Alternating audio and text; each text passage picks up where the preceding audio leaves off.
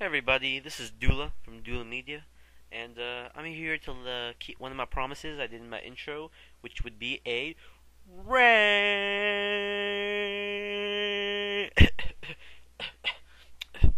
Rant.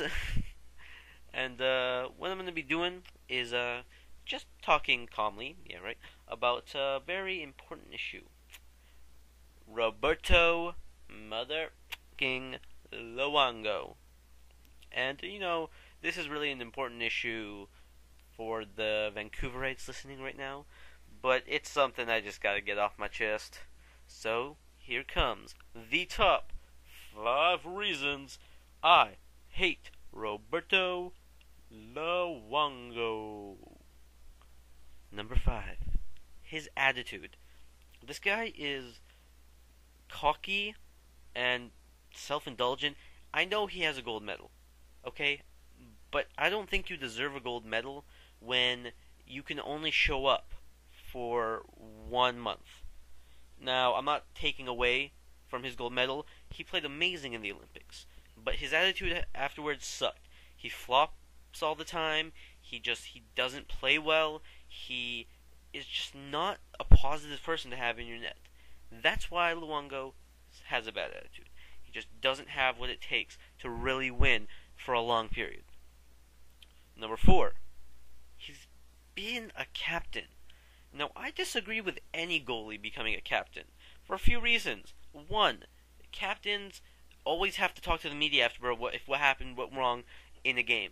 And a goalie, it's very hard for a goalie to be like, yeah, as a team, we didn't improve. Because either, as a goalie, you missed shots, or your defenseman didn't clean up, or your team didn't score enough goals. But very rarely did the goalie and the players both have an off night. It just rarely happens. So it's hard for, media-wise, for a goalie to handle. 2, captains they have to talk to the refs a lot. And talking to a ref entails you literally skating to the ref and talking to him. Not a big brain teaser right there. But if Luongo's on one side and a play happens at the other and all the refs are on one side, he has to skate all the way over and then all the way back. And to be honest, no one's going to wait for him that long. So most of the time, an assistant captain would have to talk to the referees. So what would be the point of making him captain, you say? There would be none. Unless the person was a motivator, he gets the people going. He's every man's man. He's just the man. And when he stands up to walk out of a dressing room, everyone's behind him. Everyone's just going crazy. Roberto Luongo's not that man. He's not. Timid at best. I wouldn't follow him. I wouldn't follow him into the Playboy Mansion.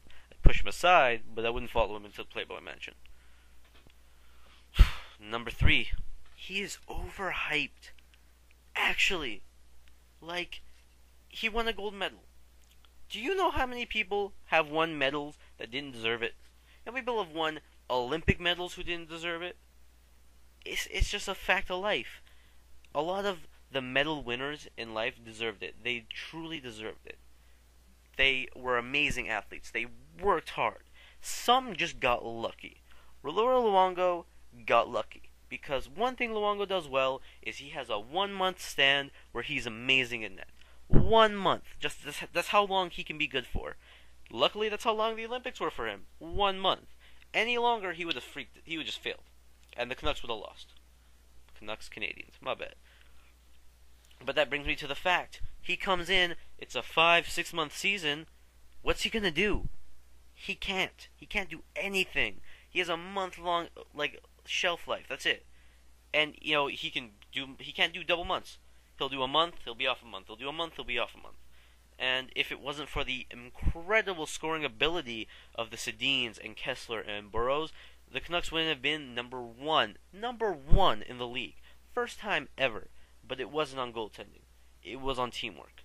And the teamwork of the players and not Luongo. Number 2, he's a flopper. Like a fish out of water. He just goes everywhere.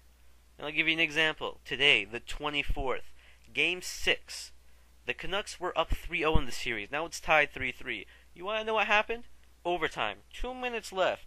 Luongo gets a shot from the point. This shot is not the best shot you'll ever see. It's not the fastest shot you'll ever see, and it is by no means screened. The shot goes straight for the man, and he goes down, which is, common. All goalies usually want to cover their bases. But what he does next is awkward. He goes down, and instead of shouldering the puck, taking it in the chest, not exactly where it was going to go, it's a little iffy, he sticks out his blocker and literally just punches it out of the air. Now you think, well, that doesn't seem too out of the norm, just get it out of there. No. He literally falls on his stomach after doing so, but the rebound is so juicy, it flies straight to Smith, some no-name on the Blackhawks, and gets shot in. And everyone in Vancouver is stunned. Luongo also has done other stupid things. Like one time, he gloved a shot. He got it right in the air. But because he freaking flicked his wrist to, look cool, he threw the puck in the net. Why? You caught it. It looked cool. You don't gotta do this little extra thing that screws you over. And the number one reason I hate Roberto Luongo, he plays for the Vancouver Canucks. That's my home city. There's a slogan, we are all Canucks, and people take that to heart. If you're here, you ought to play. People will literally yell at you, lynch you if it goes that far, if you screw this up. Now, the Canucks, every year, people say we're going to go to the Cup. This year, we won the Principals Trophy. We are the top of the league, the best of the best.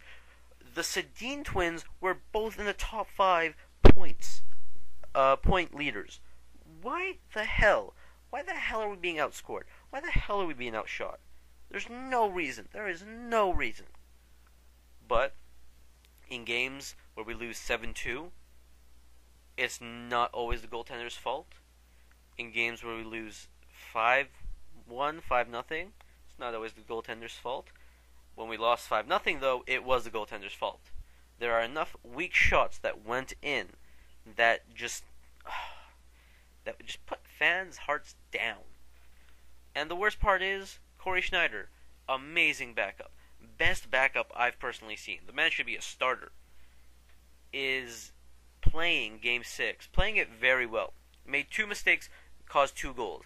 Everyone was chirping on them, and they should have been. He shouldn't have made those mistakes.